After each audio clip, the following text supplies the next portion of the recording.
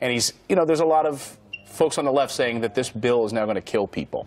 And that's what the left is saying. You're hearing that at these town halls. You're seeing that in the mainstream media. What's the response from the White House? It's a hard message to be up against.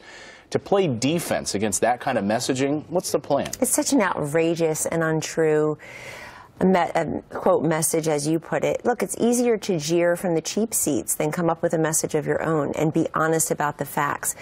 What you just saw was White House counselor Kellyanne Conway explaining to Fox and Friends Weekend why it's so easy for those people in the cheap seats, which, as we all know, means the poor people, to sit there and jeer against President Trump or this Republican health care bill. It's so easy for these poor people to sit back and criticize rather than come up with solutions. Now, I don't know if Kellyanne Conway has been paying attention to anything. She's been awfully quiet for the last few weeks. But here is the reality of the Republican health care bill that she thinks poor people are just pissing and moaning about. Only 5% of the people currently covered under the Affordable Care Act who have pre-existing conditions, only 5% are going to be able to afford health insurance under this Republican plan. Pregnancies are going to cost 425% more if you're covered under a plan from the AHCA. Has cuts to Planned Parenthood. We're talking about an $880 billion cut to Medicaid. So, yeah, I guess it is easier if you're a low-income citizen of the United States to sit back and criticize this bill that is specifically designed to screw over the underclass in the United States while hand out billions of dollars in tax breaks to the top 3% of income earners. So yeah, Kellyanne, maybe you're right about that. Maybe it is easier for these people to criticize because they're having everything taken from them. Kellyanne Conway also says that the reason everybody's been calling for this repeal of Obamacare is because premiums have increased by 40% on average. Premiums have increased in the last year or so. But that is not the Affordable Care Act doing that. And I am sick and tired of hearing Republicans spread this false information that these private companies are raising their rates because of a piece of legislation. That is simply not true.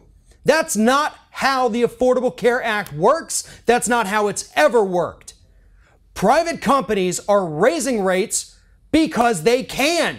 Because the Affordable Care Act doesn't say that you can't raise your rates like this. That was one of the things that was taken out of it at the beginning, along with being able to negotiate drug prices. So stop with this lie, Kellyanne Conway. It's not fooling anyone except the brain-dead Republican base who doesn't know any better. But even they are starting to wake up to the fact, because you're saying that most people wanted the Affordable Care Act repealed, when in reality, approval rating for the Affordable Care Act has been going up month by month since Trump took office, because people finally saw past the Republican BS and understood what this piece of legislation did for them.